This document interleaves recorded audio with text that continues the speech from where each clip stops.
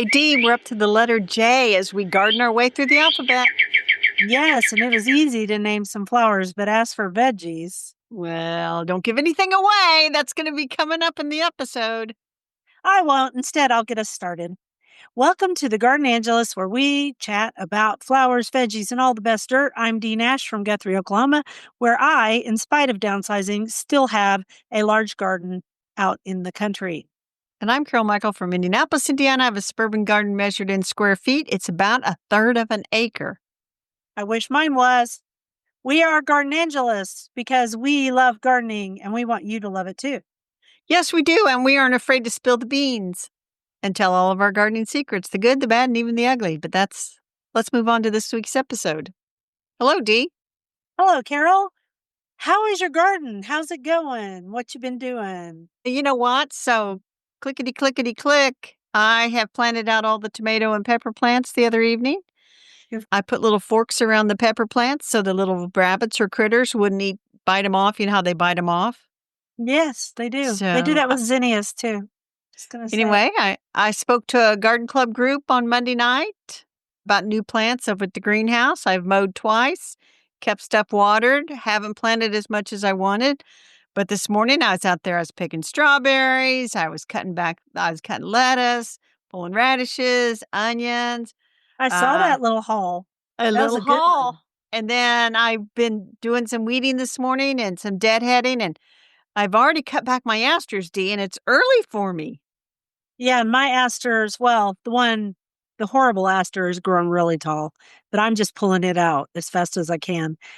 So, did you get a box from Burpee or Ball? Yes, Did you I get got, some ornamentals or did you get veggies? Or no, both? I've gotten some ornamentals. We talked about those last week. I got Well, petunias. I got them this week.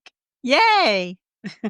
Yeah, petunias. And what is the deal with Oh, Dianthus. no. Yeah, this year. What is the deal? I've You gotten know so what? many dianthus. They must be on a dianthus kick. They must be. I've got one out in my garden right now that is beautiful. Mhm. And I'm thinking that it's a trial plant that I got in the last couple years. And I really need to go back through the little flyers that they give you, the little sheets, Yes. because it's really pretty. Yeah. I got three or four that I put into a pot and they're gorgeous early on in the season. And then I got three more or two more, I don't know, in this last deal. And then I got a veggie thing from Ball or Burpee. And yeah, that one was sad. The only thing that survived out of that shipment was a Sherfina sunflower, which I'm going to plant tomorrow. All the Yeah. tomatoes just got beat up. It wasn't the people who packed it and it wasn't the grower. It was the delivery service. And I think it was FedEx. Well, I have not gotten vegetables from Burpee yet. I generally do, so maybe they'll come next week. But I Hopefully did yours get will it. be good and then we I can got talk it. about them. I know. I got a box of really pretty Beacon Impatiens. I got 9 of them from Ball Hort. They're gorgeous.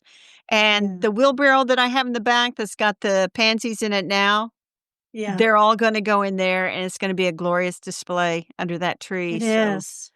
It is. yes. I'm getting One ready to other pull thing. all of my pansies out of my containers and replace them with some of these plants that I got yesterday. Yeah, I'm about ready to pull some of mine because I've been buying so much stuff, and it's like it would be easier to keep this stuff watered if it was actually planted in the containers where it's going to go. But that's going to be in my commissions for the week.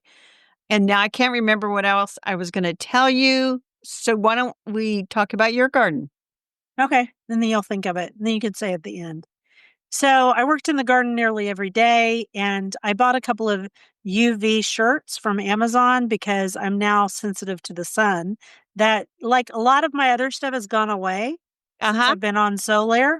But this new sun sensitivity is a real drag because it causes me to flare and I flush up the side of my face. So I also bought a vegan 70 sunburn cream to put on my face and ear and all that. Uh huh. And it has Sure. really helped, all those things. And then I did a big presentation on ticks, on the Lone Star ticks with Sharon Forsyth. And Sharon did all the heavy lifting on this deal because she had been researching it. But then suddenly she goes, I don't have anything about the landscape. I'll contact Dee. So that's how I got involved. And I actually learned a couple of things. And so we're going to link to that in our show notes and also in the newsletter because it is kind of long because people had a lot of questions at the end. And we Sure. did answer some of them. So it's a webinar. So just get something to drink, sit down and take notes because Sharon is thorough and it's probably the best information I've seen on Lone Star ticks in a long time. Cool. Yeah, we'll spread the word about that one. Okay. And then I've been harvesting beautiful lettuce this year. I have some really pretty lettuces and I saw your onions and I was like, what? Because my baby onions still look like little babies, and you were like, "Dee, those were onion sets." And I was like, "So next year, I'm gonna plant some sets for green onions and then plant the seeds for my bigger crop of onions." And, Yeah, my seedlings that I planted out there, I told you they're I thought tiny. they they were like planting strands of hair. They were so small. And I looked at those the other day and I thought, I don't know if that's worth the space in the garden. They just might get all hoed under and go on to something else. Oh, well, we'll see. Well, we'll see what happens. Peas this year, the sugar pod peas, I know I talked about them last week, but they deserve 2 shout outs because they have been so good. My peas look And good. are they blooming yet? One variety is blooming like crazy, but it's only like a foot tall. But last year I had the powdery mildew problem way to the other side of the garden, and way over there is where the tomatoes are now. So this is as far as I could get the peas away from that spot. So Yeah. far, fingers crossed, they're actually I'm kind of thinking I'm gonna get a pretty decent harvest. And that reminded me of something else. I pulled up a few of my tomatoes that I grew because I can't really eat tomatoes Right, right now. right. They're a nightshade and they're high histamine, and so I'm not saying I won't eat a tomato. Oh, there's a hummingbird. Just flew by my window. That's a happy Nice. thing. That is a Anyway, happy thing. I just don't need as many as I used to do. So there you go. And by the way, they have come out of their funk since I shared about it on Instagram. It just was too cold and too wet for too long. But they're better now. So there you go. That's other than that, I'm just pulling weeds, mulching, deadheading roses, deadheading irises, deadheading peonies. Yeah, I did go out to my sister's, the one that had the lawn problems, with my Yeah. niece. I went out there and my niece is actually she's very tired of watering. They went ahead and had somebody aerate and then overseed, and then they've seeded some, and she's been watering like crazy. Is it And doing then better? it is, it's coming up, but I mean, like, the whole back part of their lawn and the whole one side, and it's like they have a pretty big yard. Oh, that'd be so And sad. my sister had her 2 pear trees cut down in front. They were huge. Yay! Yay, so they're gone, and 2 more Bradford pears bite the dust.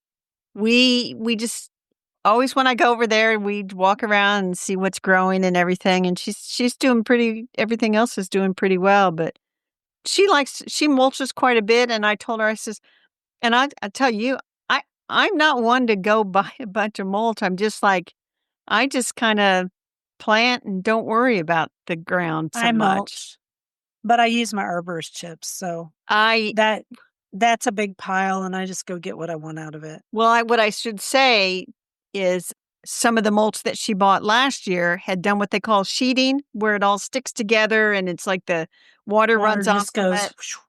yeah. And so I said, "Well, you need to rough that up a little bit and break it up and everything." And she thought maybe she would look for a different source for her. I think that's wise because if there's too much bark in your mulch and you see this bark in packaged bags all the time, it either floats or it does that sheeting thing partly because the resins in the bark are what help trees to be able to sheet the rain. Right. And I don't think they talked about that until recently. No, and then I told her, I said, the very best mulch they say is arborist chips." And I It said, is. "That would have been helpful for me to have told her the week prior because they had just cut down those trees, chipped them And they up, could and have used it. I said, "You could have had them dump it all in the driveway, and that could have been your mulch." And, Yeah. so arborist chips, and I'm like, I'm sad to say that you just had 2 gigantic trees. That would have been good mulch, I think. Anyway. They would have. And it's good if you let it sit too, because then it starts to break down. I mean, Mhm. you can't do that on your driveway, obviously, but if you have Right. a place in your back, if you have a big lot. Anyway, we have a bunch of questions this week. Shall Well, we? wait a minute. We haven't Oh, we done got to play favorites. favorites. Okay, play favorites. Sorry. You go first. So it could be all the stuff I harvested this morning, but instead it's going to be the very stunning ornamental allium, They're Allium pretty. schubertii that looks like a big firecracker or sparkler. Those are all blooming out there, competing with the Bartzella yellow peony. So Wow. if But that people is don't walk pretty. by my yard and say, wow, what is Carol growing? There's something wrong with them. So I actually got a question. I'll just say this about peonies. So it's Uh-huh. about Itos or intersectional peonies.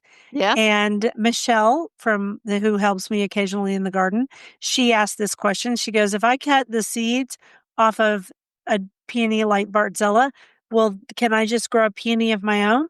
And I said, not Bartzella, No, not Bartzella. because it's an intersectional peony. So no, you cannot. And honestly, even if you did it off of just regular old herbaceous peonies, which are what I grow mostly, you aren't going to get the same thing. So No. just buy a peony. They aren't that expensive.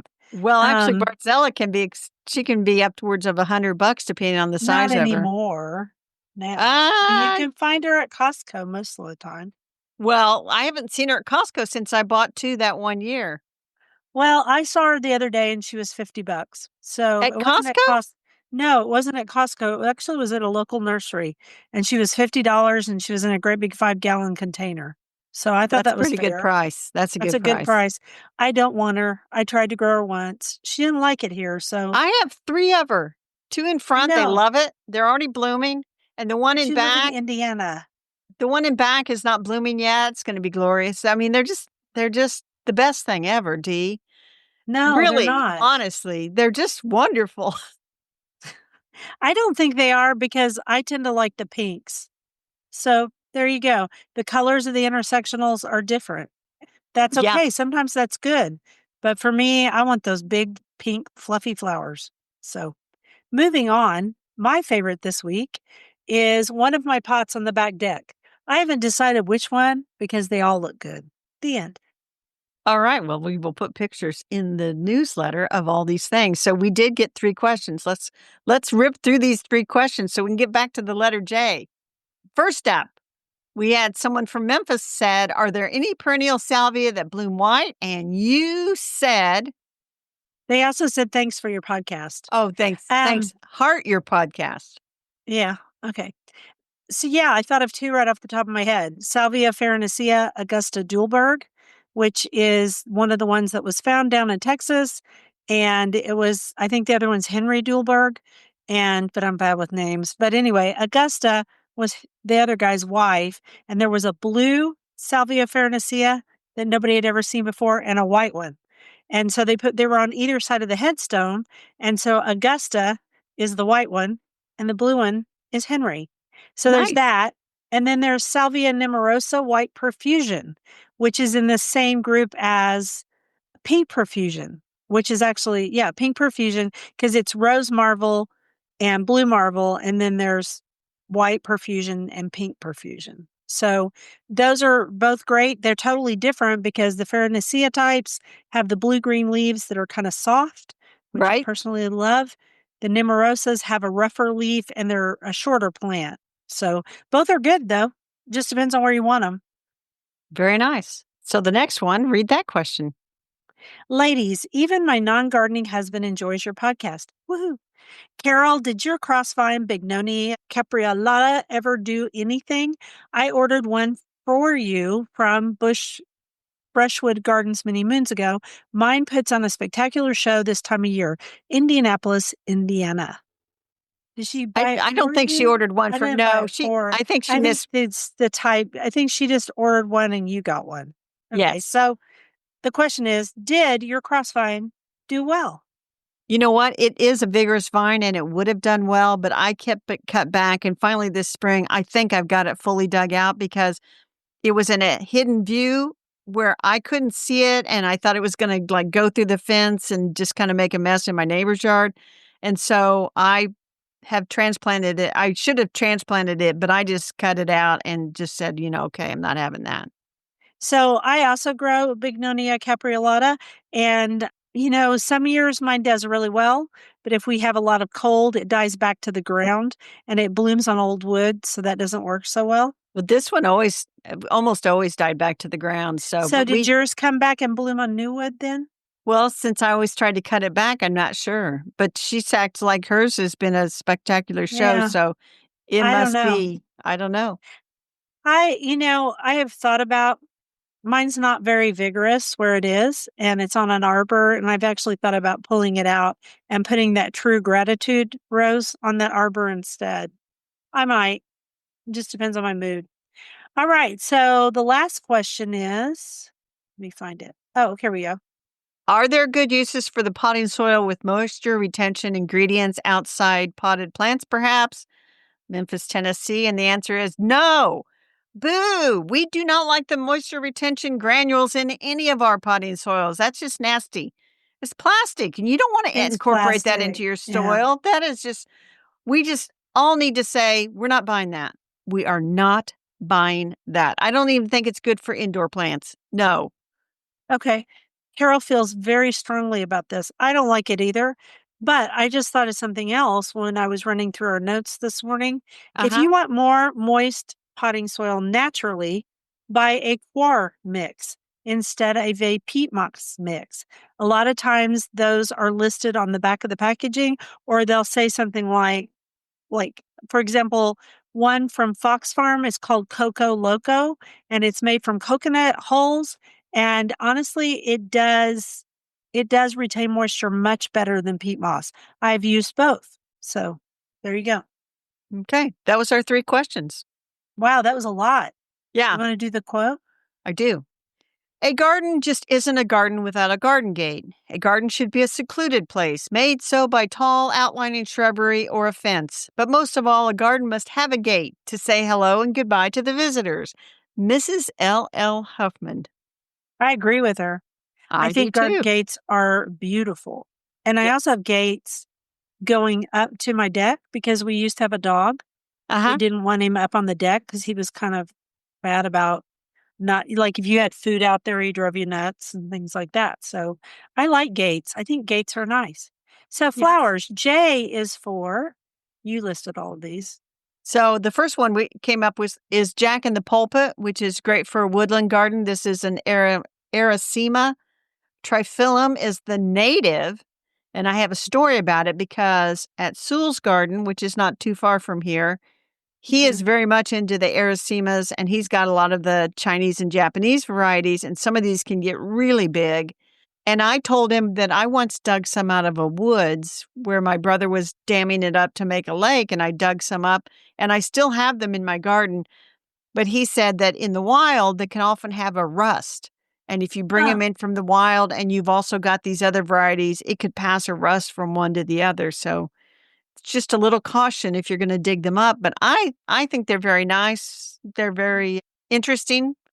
I'm not interested enough to go buy all the Chinese and Japanese varieties, but I am happy to have a native Jack in the Pulpit in my garden.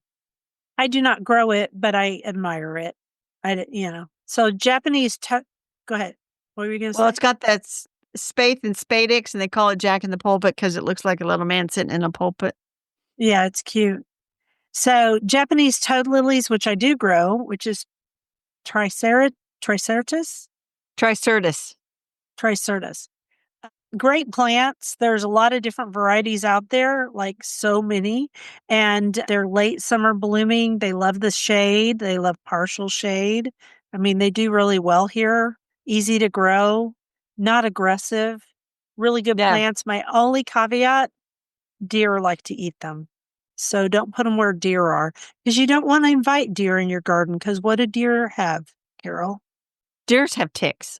Yeah, deer have ticks, and deer have a lot of Lone Star ticks. So as much as you can get deer out of your garden is good. So put these where the deer won't see them. The other thing I would say is you can get some with variegated leaves, which adds a little bit of lightness to a Interest. shady area. And I used to think of these as being the last things to bloom in the fall, but the next flower we talk about is actually one of the last to open up. I will see some toad lilies as early as August and the little I see spotted them. Yeah. flowers. Yeah, me too. I Pretty. have a blog post about why they have spotted flowers that the garden fairies wrote. I'll have to find that.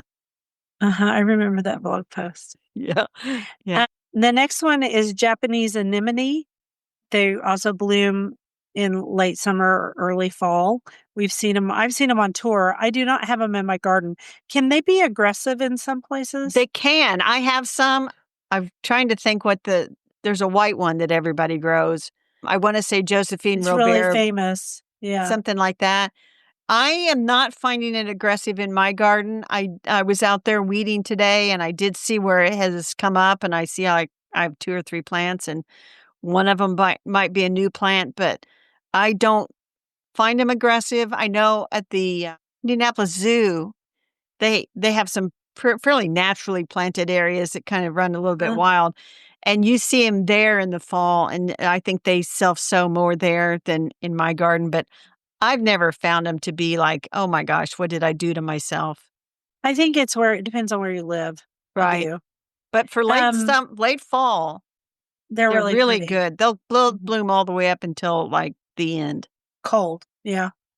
Okay, and the next one, Japanese Caria, which is called Caria japonica, and it's also called Japanese rose, and it's bright yellow flowering. There is a double form, a single form, and a variegated form. And And so I'm gonna say, "Nah." I have one, and I don't give I it love proper mine. attention. It's probably not getting enough sun or something, and I'm pointing back there because I know where it's at, and Mhm.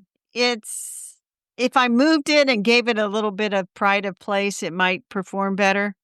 But Probably. in front, also one that if I planted it and gave it pride of place because it's almost swallowed up by this spruce, I have an alba, a white flowering carya. That's right. There is a white flowering Caria too. So I have the double form Flor Plano, which is the double flowering, and it's in the front yard and it grows in partial sun. And I love it dearly. I mean, I really love it. And I think it's funny about our different climates because in the winter, it has bright green stems and it does that till, I mean, all winter long, unless it's super cold.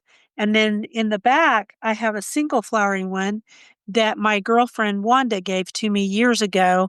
And it's just beautiful in the spring. And it kind of weaves through and it's just beautiful. So I love that plant. I hear it Like I has said, I hear it has a problem though in some places, like in Chicago, there's some kind of a problem with it, some sort of a disease problem. But I yeah, don't have that I here. don't know because 'cause I've never been a big, I could take it or leave it. Mine's a big, huge section now. Never gets I'm that gonna big. put a picture in our newsletter so other people will see.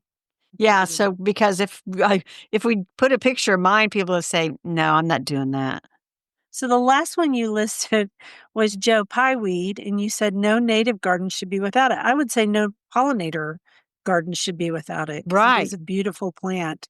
And there's different varieties. There's a bunch of different varieties. I have two. I have Little Joe and Baby Joe. And I have I one. have I used to have one other one, but I don't remember the name of it right now. yeah, I have little Joe, and he or she, whatever, it is getting shaded out where it's at because I planted this sort of prairie type garden, but the tree on the one end just keeps growing and growing and growing, and it's like As they do. as they do, and so it's pretty shady over there, and I thought, but the black-eyed Susans are hanging in, the Shorts goldenrod is going crazy, I've got some spigelia over there. I was just over there weeding, that's how I know, and I have a sculpture thing there made out of metal that I kind of fixed up a little bit, but little Joe has not performed very well the last few years. He or she, they like it wet. They like a They do. wetter soil. Mine isn't a little too dry a soil, but it does okay, and it's over. I have two of them. I have the shorter ones are over in the kitchen border, and then the other ones are over in the long border, and they're kind of in shade more, but they're huge, and they're over there with cut plant, and so they're in a section that I just don't even mess with much. Yeah, I've cut plant over there too. The other thing about Joe Pyeweed, is this is one of the last to emerge out of the ground in the spring, too. Yes. And so it's much smaller than things around it at this point. And so, and actually, I It was gets looking and saying, eaten. I think this is Joe Pye weed. I think this one's Joe Pye weed because after a So while, mine did that the other day too, and it was coming up in the ornamental oregano, and I had to pull it all away from it because that stuff's super aggressive, and right? and it was eating Joe Pye weed. So I would say this about Joe Pye weed: it is not a real powerful plant. It does fine, but it gets eaten by other things, I'm not crowded sure out. it's getting eaten, but it's just I think mine's getting shaded out. So Yeah, crowded out, shaded out. All right, you want me to do the quote? I I think that's it for J flowers, unless you thought of something else. Like, did we talk about Johnny-Jump-Ups? No, it's been weeks since I've talked about any violas or pansies or anything. And I can't believe I didn't put Johnny-Jump-Ups on the list. Okay, moving on. Now you made me laugh. The whole world is a series of miracles, but we're so used to them, we call them ordinary things. Hans Christian Andersen. I think that's true about Johnny-Jump-Ups. They're so ordinary that we just don't think how pretty they are. And they do spread like Not as violas. much as anyway. Not as much as violas. I have violas everywhere. All right, I don't. vegetables. You They don't don't? spread as much in my garden. Mm-mm. Oh my gosh, they're everywhere. I have to like weed them out because they're so No, overgrown. that's sinful. No, carpets of violas. I mean, That's carpets of violets. oh, Violets. violets. Not violas, Violets. violets. Yeah, I got violets everywhere. And it's We're yeah. not supposed to be talking about those. Let's talk about J vegetables. Okay. You go. You do So it. we said that J was for Japanese style vegetables, which I got a list of them from Farmer Lee Jones's book, The Chef's The Garden. chef's garden. And so I thought, well, we really, really should make this Farmer Lee Jones Yeah. for the J. Jones's guide to the Jones's guide to Japanese vegetables. So I brought my there book so you are could see. I know I love him. I did not bring my book in here. It's a giant tome. It is a giant Um, book. and I do love this book because it is so good, and we've talked about it many times. So there are Japanese turnips, which are great, and they're kind of elongated, and there's several varieties, and most of them are white, but I think there is a purple one. Then there's Japanese radishes, which the Mhm. daikon radish comes to mind, which I don't Right? eat a lot of, but I don't think it's hard to grow. And then there's Japanese greens. There's so many Japanese greens or Asian greens. You know what? I do grow the next thing, the green or spring onions. And but I don't grow a lot of the Japanese greens. What are you I don't think laughing about? because green onions are not just Japanese, but I know, I but we mean, put them on they're the used list. in cooking a lot. Yeah, they're used Well, in one of the cooking. great varieties is Tokyo Long. Okay, of onions. Uh-huh. Yes. Yeah. Okay. I all right. And then there's eggplant, and I do love the Asian eggplants. They are Mhm. some of the best, absolute best, and easier to grow than the big eggplants. More tender, less bitter. I'm not growing Yes. any this year though, because what is High eggplant? high histamine. High histamine. Yeah. And then you brought up bamboo shoots, and did you write where do they come from, or did No, I? And I because I you was wrote saying you right, wrote because I was bamboo saying we shoots. should talk about where bamboo shoots come from. And you said, from bamboo plants. And I was like, yes, but more specifically, bamboo shoots come fresh in water, appearing in the late spring. They are the young growth of the bamboo plant and are conical in shape and yellow in color, and then they slice them. Right. And so the ones you get that are canned, I got this because I thought this would help. It's from a website called UYpedia. Learn more about bamboo sprouts and shoots. There you go. So what Well, else do you another want to say about all that? I want to say Japanese knotweed is edible. And this is a huge, huge, huge invasive plant in some areas of the United States. Yeah. I don't Knotweed. have it here, thank God, I but don't I have it hear here, bad but things. I planted a variegated knotweed, not realizing how much of a spreader it can be. No. And I finally have gotten rid of it. But Can you imagine if it reverted back to the regular knotweed, and as he as says, variegated plants do? with it's not a vegetable you can buy, nor would you ever want to plant it in your garden, but it is edible. There you go.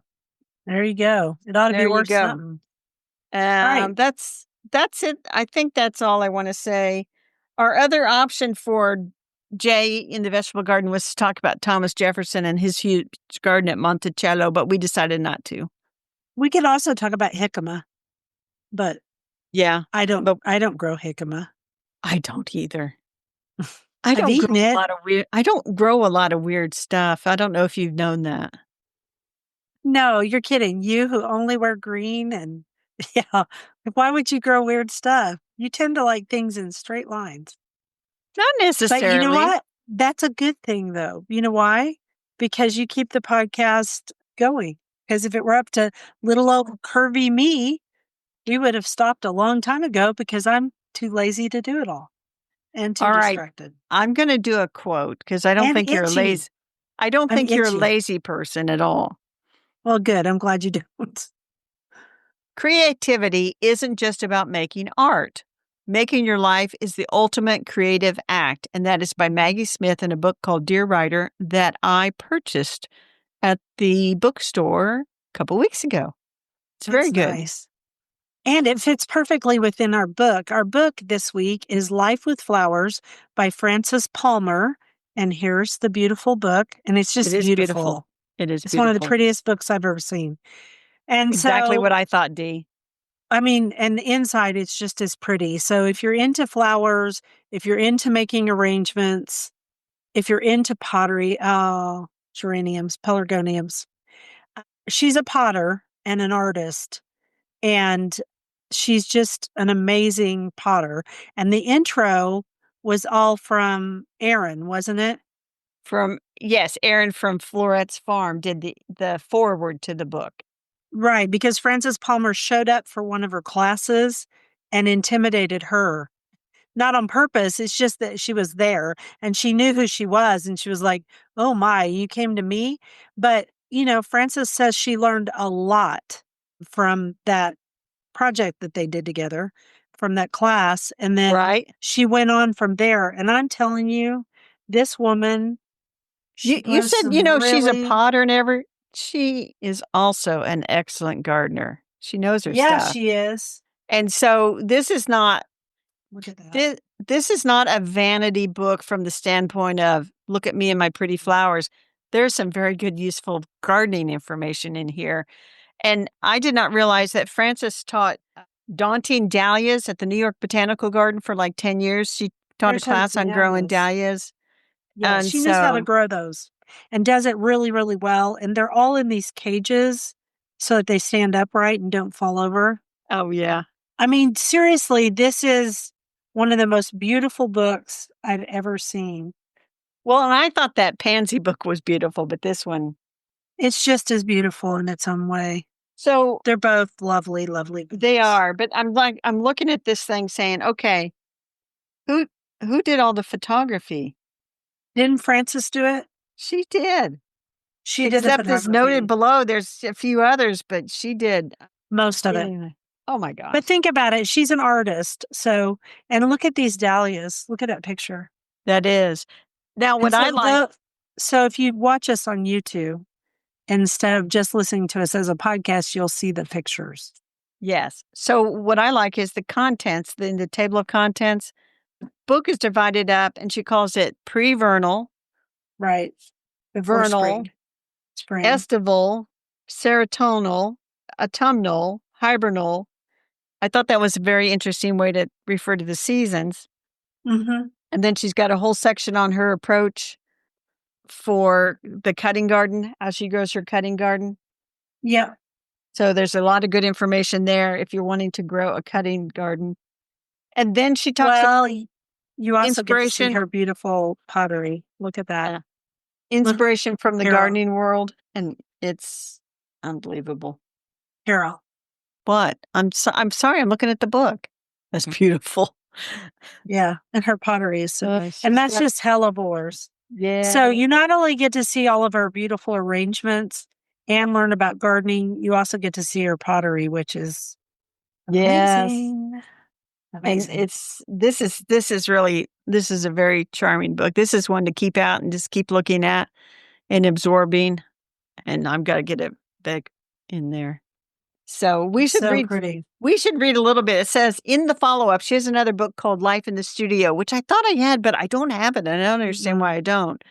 And I think what it was is I got a PDF of that book way back in the day. Mm-hmm. But she says potter, gardener, and photographer Frances Palmer celebrates her love of flowers. Frances approaches her garden planting in waves, ensuring there are always beautiful blooms for her to photograph in her vases. In Life with Flowers, chapters for each of these waves include profiles on her favorite varieties with flower-specific gardening how-tos and arranging techniques, as well as delicious flower-forward recipes and simple DIY projects. Yes, and we will also link to, in case you want some of her pottery, after looking at this beautiful book, we will link to her website. Her pottery is something And else. and the reason I think I read Life in Life the in the Studio. Studio, wasn't she the one that she personally packed all her pottery to ship because she wanted to be sure it was done exactly how she wanted to be done so that it wouldn't break en route? And You know what? so I didn't read that book, so I don't know. I I assume think that so. was yes, it was Frances Palmer. I think so. I I'm don't pretty know many sure. potters, but she does anyway. It says to read Life with Flowers is to be invited into both the garden and the creative mind of an insatiably curious, highly skilled, and wildly generous talent.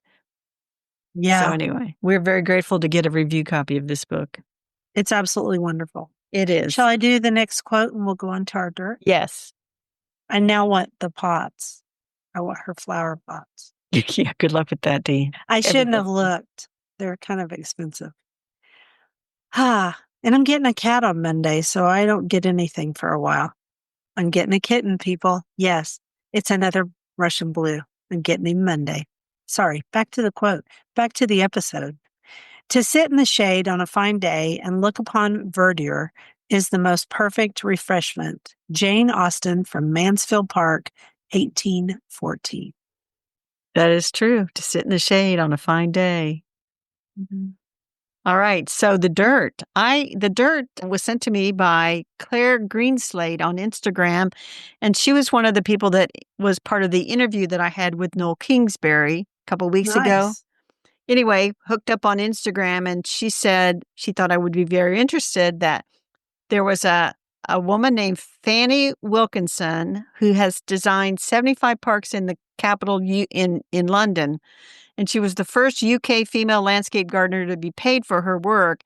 And so they had one of those in London, they have all those blue plaques on everything. Yes. So she had a blue plaque, so they kind of knew who she was. Wow. But she's the first suffragist gardener in London. And there's an article about she changed the face of London, and they're going to put a statue up in a park. And we're going to link to an article in Nice. the Guardian. But apparently, I mean, when she got her graduated from school or whatever, she was able to volunteer to work, but not for pay. And she finally, like, you got to pay me like you pay the men. Good for her. So anyway, she kind of led the way, good old Fanny. And so she's getting a statue put up for her in London. So that is our dirt And she has a blue plaque, which is a big deal. Blue plaques are a big deal. in Statues London. bigger. Yeah. Yeah, the They're, statue's the bigger deal. but blue plaques are nice to look for because they are cobalt blue. Okay. I've seen many when I was there. So you got the next quote. We are mosaics, pieces of light, love, history, stars, glued together with magic and music and words. Anita Christian. Mhm. So rabbit holes. I have two.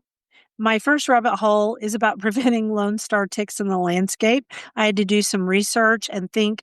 I thought it was funny because when Sharon asked me to do this with her, she goes, just one slide, just 5 minutes. That's all you got to do.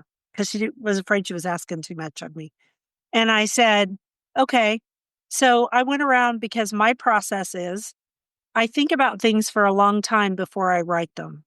I Uh-huh. do that a lot. I do And too. s and so I was thinking about it, and it was getting closer to when we were gonna do the piece, right? And I actually had it all written in my head completely. And she texted me that not the morning of the talk. This is several days before. She goes, "Hey, I met up with this tick expert and he agrees with some of the stuff you said. And I just wanted you to know because she's a real science person." I said, Right? "Great." And then she goes, "You could get that slide to me." Yeah. And so what I did is she called me to tell me some of the stuff he said. And while we were on the phone, I did the slide, sent it off to her right then, and she goes, "How'd you do that?" And I said, "Because I think about it for a long time. Right, right, I wanted it to be right, and I had to think about my processes." So that's one. And then also, Bill and I, have been deep into season 16 of Midsummer Murders. Now, anybody who watches old English shows is laughing because Midsummer Murders has been around for 25 seasons. right. Never, ever watched it. My mother watched it and she would say, "These are so much fun. You would love them." But I would look at the old ones and the quality was so bad, the film quality, that I was like, Uh-huh. I can't watch them. But when you get to season 15, the film quality went up, way up. And so I thought, okay, we'll start at season 15. So we did. And I texted you the other night because we were in season 16 and there was an episode number 3, which you can just get that episode. It's called Wild Harvest. And it was all about wild plants and it was more detailed. We've seen a lot of mysteries that have information about plants, but this Right. one was so detailed. I was like, yeah, you can tell it's England and you can tell it was a horticulturist who helped write this show because it was detailed. So I think that when I first retired, because I don't have Netflix right now, but I think you can watch this on BritBox. No, you I don't get it on Netflix. You get it on Acorn and you get it on Prime because okay. Prime has Acorn now. It's not on Netflix. Anyway, keep going. Well, I think I watched some of these when I early retired You and might have. in the wintertime when I was figuring out what am I going to do. I think I might have watched some of those. Yeah, you might have. They're fun. Detectives, and it's fun. All right, so those were my two. Your So I turn. had Mrs. Charles H. Stout was my lost lady from last week, and she only wrote one book, The Amateur's Guide to Dahlias. There you go. And she was pretty, and I mean, she was obsessed with them. She was breeding them for like 18 years, and she would destroy the varieties that she didn't think were up to snuff. She wouldn't let them get That's out not into the uncommon. market. And then It's I not was reading it uncommon. along, and she wanted to be an amateur, so she gave all of her profits from selling and speaking to charity. And then Huh. I'm reading along, and one of the charities she gave to was some like New York something of the hard of hearing. And the next thing the person wrote was, a charity near and dear to her heart because she was deaf. Who And I'm knew? thinking that Mrs. Stout was deaf, but anyway. So I'll put a link to that. I put a thing on that, and then I've been listening to P.D. James mysteries. I Mhm. finished the third one on natural causes. I moved on to the fourth one, which is called Shroud for a Nightingale. So, and I don't know if I like them or if I just like that they're the British or their British accent in the narration because I listen to them. I love the show. It's Adam Dalgleish, and Yeah. I love the mystery series. It's fun. So that made me think about all the other series. So like there was the Aunt Dimity and I finished all 25 of those and there's Yeah. supposedly one coming out this year, but there's nothing on her website. And the author had said she's suffering from profound depression. So that's why she didn't know when the next one was coming out. Well, that's Oh, sad. I am very sorry. Yeah. And then We have a friend who has that problem. Agatha Raisin, she died, but she told Yeah, this MC Beaton, right? Yeah. MC Beaton, she died. And so Guy R.W. Green writes all those now. And so there's a new Agatha Raisin coming out in October called Sugar and Called Sugar Spice. and Spice. Yeah, that's funny. And then the Hamish Macbeth, he annoys me. And so Yeah, I don't like those. I've read 33 of them and I'm thinking, well, I only have like 4 left to finish that series. And let's complete the thing here. And there was a new one that came out this year. So it's like, anyway. So I downloaded the next See, one you're of very those. linear. You're a I linear downloaded the thinker. number 34, Death of a Green-Eyed Monster. For whatever reason, I tend to read those. I tend to listen to the Agatha Raisin. Okay. Anyway, Works for me. so Whatever you think. all I was doing was just trying to figure out the next And then there's Flighty DJ. Me. And I just go like, if I were, I don't like Hamish. I don't like him, Hamish Macbeth at all. Uh-huh. And so I think I read 2 of them and I said, okay, enough of that. And I never read them again. So, but here's the thing. It got me thinking there's another series, the Cat Who mystery series. Cat who? It's like the cat who it's about a Oh, cat. yeah. I've read some of those a long time My ago. mom read almost all of those, and I thought, you know what? Maybe I should read those or listen to those this Do you summer. think you're more like your mom or your dad? In reading, my mom, because she read all the time. My dad was not a big reader. In gardening, she didn't garden at all, so I'm more like my dad. There you go. In your chosen career, do you think you're more like your dad, your original career? Do you think you're more like your dad or your mom? My original career in IT? Yeah. Neither And I one. don't, That career no, I didn't don't, exist. I mean, no, I mean, I'm trying to get at something here, but it's not working. The qualities that make you so good at keeping track of the podcast and all that stuff, don't you think those were also qualities that you made you good at IT Probably and more a from my dad. director? Probably more from my dad. Yeah, probably. Because Because he he was a ran his own dentist, he right? ran his own business, kept track of Yeah. everything. Yeah, and he was a So, dentist, correct? that's correct. Yeah, I thought so. Yeah, Anyway, I'm definitely more like my dad. Okay, sorry. Sorry I veered off everyone. All that's right, okay. garden commissions. I'll tell mine first. All right, I'm just going to keep plugging away and I'm going to get the drip irrigation set up to my pots this weekend and to my vegetable garden. That is my big goal. Big goals. That sounds easy, but it's not because ants get in the lines and I have to set up all the timers and tighten them down. But once I get it done, it makes my life easier. Yeah, I ran into a big nest of ants when I was out there weeding today. I got bit yesterday. I Not picked up a bit. pot. Those little sugar ants. I picked up a pot and I was planting this thing. Didn't even see them. All of a sudden, my hands were just covered with them. And I didn't have on gloves because I was just running out there for a second. I do put out those borax You didn't. traps. Those taro traps. I put those out. I put those out yesterday because it's like, it's all fine if you stay outside, and then you come in the house, you done. You done. Yeah.